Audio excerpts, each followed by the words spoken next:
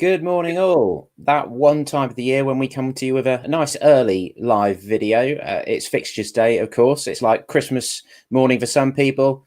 Other people, it's like the time that we find out Norwich will be facing 19 other teams home and away across the season. Where do you stand on it, Pad? Do you get excited by Fixtures Day? No, not really, Dave. No, too long in the tooth now. It's interesting. My wife is, as we speak, sat upstairs poised with a pen, basically mapping out my life for the next 9 months. And the beauty, of course, Premier League, much less midweeks, slightly moved around, as we know, for TV. So Friday night, Saturday, Sunday. But on balance, she's a lot happier that we're in the Premier League, let's put it that way, because hopefully we should get a few Saturdays off, which is rare in our game, mate, as you well know. Yeah, it's going to feel very different to last year, isn't it? And particularly with how the season was compacted, it started in September and stuff. It's going to feel quite odd when we very often are going 8, 9, 10 days sometimes between games. There's Monday night football, there's Friday night games. It's all over the place. And I suppose the other thing we don't know yet 100% is how many fans will be in stadiums, and then what effect that has on broadcasting, because they'd spaced out the schedule completely so that all games were being shown live somewhere, weren't they? Whether it was Amazon or BBC or whoever, one of the outlets. So we'll probably have to wait a little while to see that. But yeah, I'm sure there's plenty of people who are, I know I'm the same, who've got a few RSVPs on hold for weddings and stag do's and things like that. So in a few minutes, we'll be able to give you some answers. We'll all be refreshing frantically, as you all are. A few comments coming through already, and whether you're watching us on YouTube, Facebook or Twitter, do get your comments in. Let us know what you think of the fixtures once they drop in a couple of minutes. Sue Cassidy says it's been a long 2 hours, obviously waiting. The heat has probably got something to do with that, Pad. My phone reckons it's 21 degrees already. Yeah, I've just dropped my lad at nursery, and it's going to be a warm one today. But apparently after today, I don't know why we've gone down a weather hole, Dave, but after today, make the most of it, because I think it might be a bit changeable for a few days. The sun is out. The new season is almost underway, because for me, it does signal to start the new season, doesn't it, the fixtures? It does. Just briefly before they drop, then I suppose we were both at Anfield, weren't we? September 2019, on the back of a championship title win, all the excitement. Both of us hearing that wonderful rendition of "You'll Never Walk Alone" when they were European champions and stuff. And there's always that excitement, that optimism at the start of the season, isn't there? But I think we would probably expect, with most promoted teams, you get one of the big boys pretty early on, don't you? Yeah, that's a great shout. That in the context, as you're saying there, a period where there's been no fans allowed in, or very few. Yeah, that was. I've got some video somewhere. I'll have to dig that out now. You've said that "You'll Never Walk Alone" rendition was. It was quite special. Probably one of my moments of that Premier League season, if I'm brutally honest. That and maybe the Man City home win. And that did signal we're back in the big time if you're Norwich. Of course, it didn't quite get a plan when the first whistle went in on the night, did it? But it'd be lovely to, personally for me, I think, first 5 games, if you had one of the real big hitters, because that definitively says Norwich are back in the big time, doesn't it? Yeah, absolutely. We've got a few predictions coming through here. Leeds at home, Villa away. I'm going Chelsea home on the Monday night, but we're all totally, here we go. Right, they just dropped. Let's see if Norwich's website is going to play ball or if it's going to crash, because this is what everyone's doing at this particular moment, isn't it? Nothing on their website yet. The Premier League. No, not appearing on there. Let's have a look. Dave, I'll cut in there. Liverpool, Carrow Road, home game. We almost predicted it, mate. There we go. We talked that one up nicely. Right, on Saturday, August 14th. So that is depending on whether things get moved around for broadcast, I suppose. We'll let me throw a few other ones. If I was to tell you, then it's Man City, Leicester, and Arsenal. Dear, oh dear. That's what I'm going to say. First 4 games: Liverpool, Man City, Leicester, Arsenal. Can you believe that? Liverpool, Man City, Leicester, Arsenal. Right. So where are you getting them, Pad? Because I can't get anything to refresh. Social media is a wonderful tool, Dave. Wonderful tool, mate. Norwich's website isn't showing it as of yet. No. Let's have a look at 100% Liverpool at home, the former champions, the former European champions. That is that is almost. I can't believe we actually teed that up as if it's almost if we knew in advance, DF. But not a rendition of "You'll Never Walk Alone," but hopefully a rendition of On the Ball City, because that will be some occasion if they can Right. get a full house. Right, I've got them. So, Saturday, August 14th, Liverpool at home. Following Saturday, Manchester City away. Then you got Carrow Cup round 2 in between, a home game against Leicester, so potentially the reunion with James Maddison, and then away to Arsenal the following Saturday before Watford at home the following Saturday. So that is a quite ridiculous start to the season, isn't it, Pad? I mean, if they can come out with those first 4 games, given that as we sit here today, we can't really firmly name what the 11 is going to be. We know there's a lot of transfer work to be done. If they can get any points from that first 4, that would be a heck of a bonus. Well, I mean, it's welcome to the Premier League. That, I mean, Liverpool and Man City, that's very harsh. Premier League fixture compiler, have a word with yourself, I would say, for a newly promoted club to be pulling those 2 out. I'll just throw it forward because obviously people look at the holiday dates as well, don't they? Arsenal, Boxing Day home. Palace, no surprise there, away on the Tuesday the 28th. And then Leicester away, New Year's Day. So not, again, the easiest trio of fixtures there. And they scheduled to finish, Tottenham at home, May the 22nd. Hopefully they've already done and dusted, and they've got another season in the Premier League. But going back to Liverpool home, Man City away, Leicester home. Arsenal, Watford, Everton, you could argue is a slightly easier, but that is essentially 2 Champions League contenders, followed by a team who just missed out on the final day for the Champions League, who are in the Europa League, who won the FA Cup, who have some unbelievable young English talent, headlined by a certain individual called James Maddison. Although I do see some speculation around him again today in terms of his future. Yeah. But that is I think the word daunting might be getting used quite a lot today on various channels, mate, regarding that first 3 things. But ultimately, I'm sure we'll get some reaction from the club in due course. But if you're Daniel Farke and those players, all that slogging about last season and all the effort and the sweat and the toil is to get occasions like Liverpool, Man City and Leicester, isn't it? So let's go bold and let's say bring it on. Sarah Pack says on Facebook, says, Christ, that's 0 points in the first 4 games. So that's optimistic. But Josh Pratchett makes an interesting point. Might be good to play the big teams early due to players involved in the Euros. We've also got the Copa America going on, haven't we? So that's an interesting point. But I seem to remember that game that we were at Anfield that we were talking about 2 years ago. Salah had about 2 weeks break, hadn't he? And still played that night because he'd been in... What would that have been? I guess it was the African Cup of Nations or something that summer, wasn't it? So, but there we go. I think as well as Salah, it was Sadio Mane. Yeah, I think he literally, because I think Senegal went all the way in that competition that year. I think he almost came back into Liverpool's camp about 7 days before. Just another one, Dave, I'll cut across, mate. Another date for the diary, very pertinent, given where he's now departed to. Emi Buendia, first sight of him, Tuesday, December the 14th, Villa home. So a week before his birthday. A pre-festive meeting with Mr. Buendia, yeah. Now, obviously, we're trying to absorb these quite quickly.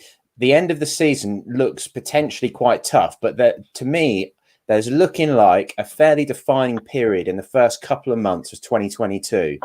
You've got Watford away, Palace at home. You've also got Manchester City and Liverpool in there, but Southampton away, Brentford home, Leeds away, Brighton away, Burnley home, before you get into the final few games of the season when they've got Man United, West Ham, Wolves, Tottenham, Villa. So there's that to me, Pad, they're the games that I've done a piece on this already this summer. That has got to improve massively from 2 seasons ago. They've got to be taking more points from those teams who, at this stage, we're expecting to be their immediate rivals. Yeah, I would agree. And when you were saying that, I was just scanning for another sort of bundle of, and I'll go a little bit earlier. After that initial, oh my God, what is this all about? You go Watford, Everton, Burnley, Brighton. That to me, if you're going to do anything in terms of the objective, which is staying up, firstly, that block of 4 games there, particularly off the back of what could be a very testing start, they need to cash in there, because if you get to Chelsea away on October the 23rd and hypothetically you're on 4 or 5 points, then you're already really up against it, aren't you? So it's a long season, but much of what it could play out or how it plays out could be defined already by the time we get to last week in October. Okay, the Premier League website at the moment isn't showing any TV time, so I think they will follow quite quickly. So we probably shouldn't take the home game against Liverpool as being a 3 p.m. Saturday kickoff. I'd be shocked if it stays there, to be honest. I wouldn't be at all surprised if that's a Friday night or a Monday night game, because that's what one they're going to be all over. They'll go on about Farke and Klopp both being German again and again, even though Daniel has said several times that he doesn't really know Jurgen. They didn't work at Dortmund together, but that doesn't seem to stop it, does it? Tuchel is a totally different one, isn't it? He definitely worked with Tuchel at Dortmund. We've seen the photos of them, because from what we can tell, I think Tuchel allowed Farke to sort of come onto the bench for pre-season games, a bit like Daniel did with Matt Gill back in the day. Yeah, no, and I think if it wasn't you, whoever, Eddie Rima is number 2. I think it was you, DF, when he was first unveiled, going way back to 2017, that sunny day at Carrow Road. And that comparison, obviously, at that stage, we don't really know, with the greatest respect, to who Daniel Farke or Eddie Rima were. But Eddie Rima was very quick to pivot any expectations that this is Klopp Mark II in terms of Daniel Farke away from that, and said, no, he's a very much a Tuchel man in terms of how he views the game, how he sets his teams up, what he wants from his teams. So, yeah, that is going to be a very intriguing. Yeah, as much as, I mean, it's just quite bizarre now as I start to digest that 2 seasons on, and it's Liverpool again, and the whole sort of Klopp Farke circus will ramp up again. And Farke will again have to probably say, well, yeah, I don't really know Klopp too much, so don't pigeonhole me as another Klopp disciple. But the reality is, when we get round to Chelsea a little bit later on in the early part of the season, then he very much knows how Thomas Tuchel sets teams up. And as we saw Champions League recently, what a coaching performance that was, to get the better of Guardiola and Man City and deservedly win the Champions League. He looks a very, very good coach. So, I mean, ultimately, if you're looking for any optimism, then I think it is essentially that, Norwich are forewarned this time around. They're not. I always go back to, some of those young players in that tunnel at Anfield 2 seasons ago on that Friday night. I think Tim Krul referenced it quite recently, and it was almost like wide-eyed. What are we doing? Why are we? Yeah. This is completely out of our comfort zone. I don't think we're on the same level as, you're looking across and it's Mane and Salah and, whoever, Virgil van Dijk. This time around, all that's gone. Not completely the same group of players, but a lot of the same players. There'll be no wide-eyed amazement. So embrace the challenge now. I think that's the way they need to look at it, and I'm sure that's the way they will do. Yes, that on paper is oh my God, where's the points coming from in that first 3 or 4 games? But turn it to a positive. I'm feeling very positive this morning. Turn it to a positive, and you pick up a win from one of those first 4 games, maybe 4 points from those first 4 games.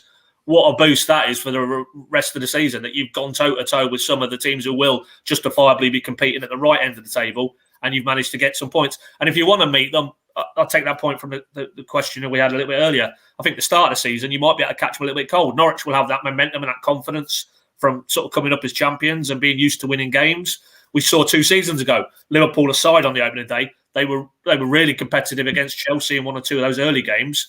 And why can't they be in that first swing again? And if they get the points on the board, then who knows? It could set them up for the rest of the season, rather than, oh my God, 4 games in, they don't have a point on the board.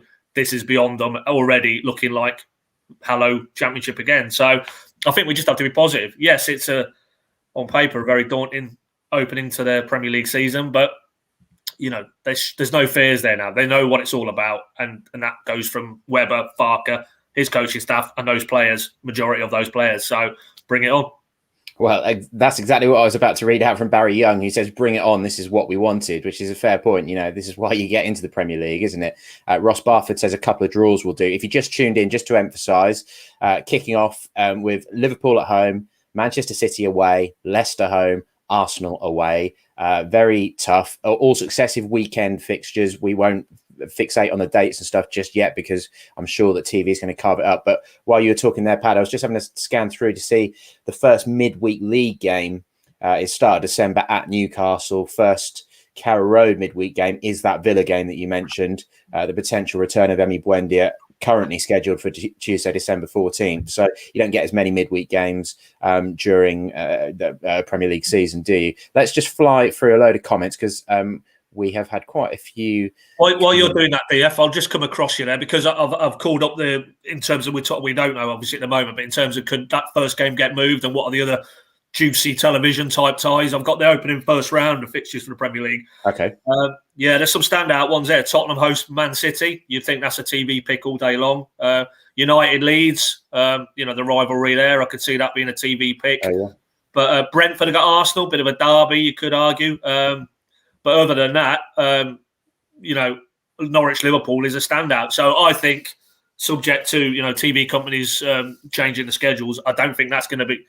In fact, I'd put my mortgage on that not being Saturday 3 p.m. Norwich Liverpool August the 14th. So straight away, welcome to the Premier League. It'll probably knowing our luck. It'll probably be Sunday at 4:00 or something like that, won't it? Yeah, it will. I'd be very, very surprised. I'm just trying to get through all the predictions because they're all obviously out of date now. Sue Cassidy makes the point, whoop, whoop, home game. So, all right, it's Liverpool. But, they didn't have the best of seasons last year. They still managed to turn it around and get into the Champions League, didn't they? Stephen Dewing, ridiculous first 4 games, lol, on YouTube. Some crying emojis from CJA on YouTube. James Jarvis on Facebook. Oh my God! If only we had our best player from last year. What else have we got here? Dave Clark, have to play them all twice. Take the big boys early, as hopefully they'll be tied from the Euros. Dave Clark, 12 points, top of the league. It is then. What else have we got? Kevin Andrews as well. Play them early before they get going. Sarah Peck, I just don't think we will be the same without Emmy. He's going to be hard to replace. Richard Wen comes back with, that's what they said about Maddison. And Sarah says she thinks that Emmy is better than Maddison. Triv50 says Newcastle away midweek. Great. Yeah, that's a decent away day, isn't it, Newcastle? We enjoyed that one, although the game less so. That was 0-0, wasn't it? Although Norwich should have won it. I think that was where we stayed overnight at the same gaff as Big Andy Carroll, wasn't it? As I recall. Yeah, just to put the rider in, that doesn't mean that Arch have this lavish hospitality budget. I think Andy, for some reason, found himself in one of the more down at heel establishments around the Newcastle area. That's a great place to watch football. And ultimately, for me now, the excitement is not so much we know where Norwich are going, but will the fans themselves be allowed to go to these games as well? The news at the start of the week, without going down too much of a political route here, isn't good. That we're again in a holding pattern until July the 19th as a country in terms of social distancing and what we're allowed to do.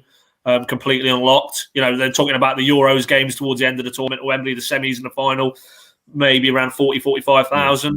I do know that Norwich have budgeted from day one, which is now that Liverpool game, a full house at Carrow Road, and thereafter full houses. That is what they're budgeting for in their forecasts for the new football season, the new financial year. So if it isn't to be that, then on one level, it's really disappointing for those fans again who've really had to, endure remotely Norwich's championship title win and the back end of the previous Premier League season, but also keep pushing that point, the financial element, the COVID financially for Norwich now from the whole entire pandemic is nearing the 30 million mark. And if they're not able to start getting full houses from that Liverpool game, that's going to grow and grow. And that, unfortunately, will impinge a little bit still on what they might want to do this summer, because in terms of the window, because until they have black and white clarity that they know as a club, yes, we can cater for 27,000 fans against Liverpool on the opening weekend, that still has to be at the back of their planning, unfortunately. So for me now,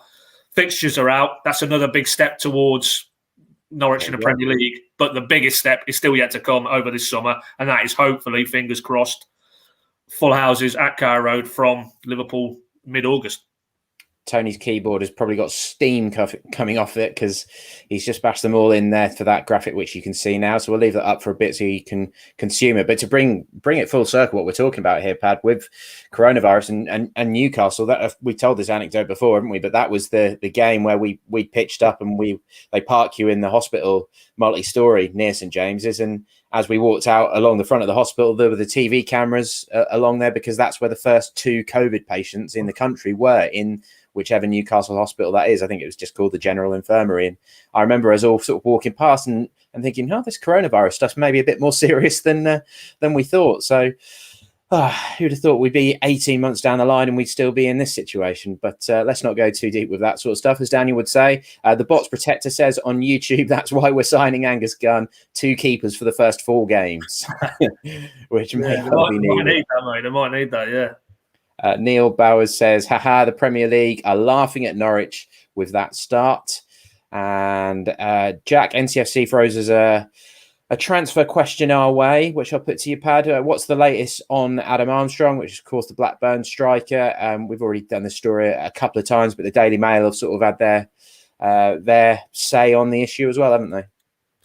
Yeah, and interestingly, I think that was the new twist for me yesterday, is that they were saying it could be 8 million, the figure, which if his contractual status is 12 months out, then maybe, but I still think that's a very low starting point. If, and I've said this a few times, said it on the Q&A we did earlier in the week, the key to that, yes, Norwich, he is a player Norwich are interested in, there's no doubt about it, but there's other clubs in the Premier League who are also having a look. I think Southampton have been linked quite heavily with him, and why wouldn't you? He's 24, 25, he's had a ridiculous season for Blackburn, a team who middled along in the Championship, so it wasn't like he was Pookie-esque in a side that was fashioning chances for him. So his goals tally, his age, and his pedigree come through at Newcastle, there will be interest in him. And if you're Blackburn, you need an auction, because 8 million, I think, is underselling that guy, really, for all those reasons. So I don't think that's one that's going to move particularly quickly. But Norwich are definitely in the race. There's no two ways about it. But, prior to seeing reports of 8 million, it would seem to be getting pegged around 15 million. If it's 15 as a starting point plus clauses that take it well north of that, then for me, even selling Buendia, I think that probably pushes it out of Norwich's price range. But there is no doubt the ambition, and Stuart touched on it, when we went and spoke to him there at the end of the season, the expectation is they will spend or they will set a new club record. And if you're talking, is that Robbie Brady, I think off the top of my head, 13, 40 million round there, then it moves it into a realm where they possibly could bring an Adam Armstrong type signing into the club. So right here, right now, no, Gunn, as we understand it, will be their first senior signing. I believe they've done a lad from Peterborough for the development squad, but Gunn's the one they want to push out first. And he's due to complete the formalities early part of next week. And then once that's in the building, I'm sure, Stuart Webber now armed with a Buendia cash on top of what they'd already allocated, I think they'll look to move pretty quickly. And again, I spoke to somebody yesterday, and I won't name them, but quite a senior figure at the club, and they are basically saying if Stuart gets the targets he wants, hold on to your hats, because it's going to be quite an exciting summer for Norwich fans. So, put your trust in Stuart Webber, I would suggest. Absolutely. And that's what you were off, obviously, when Emmy got confirmed, but when me and Connor did this type of video after it, and the podcast, I was surprised at the lack of faith there was in Stuart almost. That I thought he had a bit more trust in the bank, but people were really kicking off about Emmy a lot more than I expected, when I thought people would think Stuart's got that money to play with now. It's up to him to do the business. But, he and the recruitment team did manage it 2 years ago, so there is pressure on them. There's no doubt about that, and I don't think Stuart would try to dodge that in the slightest either. He knows that he's got to prove things this summer, hasn't he? And there's no doubt about it that he will be fired up to do so. His reputation is on the line to a certain extent. If he wants to be a Premier League sporting director, if he wants to ever operate at the upper echelons of football, then he has got to probably get Norwich sorted and survived in the Premier League this season, hasn't he? A few more comments, and then I'm just going to come to you with one final question, Pad. Jonathan Parker, what a change from the Championship. A lot of months with just 3 league games. Paul Eaton says he thinks they'll be fine this season. Sam Minter, those first 4 games without Skip scare me a lot more. James Robinson, 2022 home fixtures looks to be the make or break. So let's just run through them to emphasise the point. Everton, Palace, Man City, Brentford, Chelsea, Burnley, Newcastle, West Ham, Tottenham. I mean, you don't go for any of the Premier League fixtures and think that's easy. Even, the teams that have come up alongside them, you don't look at them and think, oh, that's going to be easy. You just can't, can you? But yeah, Barry Young says, Paddy, get your all chart up. Yeah, I noticed at the start, Dave. I thought you've been very ahead of the game when I saw wall chart when we first started the broadcast, and then I looked a bit closer. It's not actually Norwich's wall chart, is it? It's That would have been a bit of magic. That would have been very clairvoyant if you'd already had a wall chart on the wall, mate. Yeah.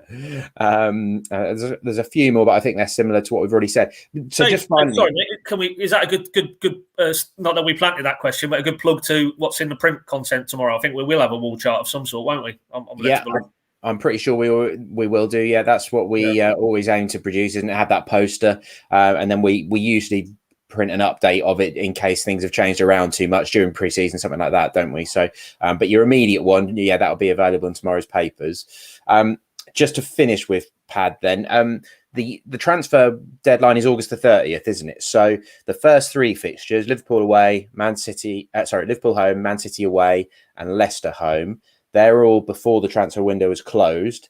Then Arsenal away and Watford at home are after the transfer window is closed now, and after the first international break as well. So it's probably not going to be as dramatic and have as much of a bearing as the deadline did last year, which was a little bit different, wasn't it, in championship terms?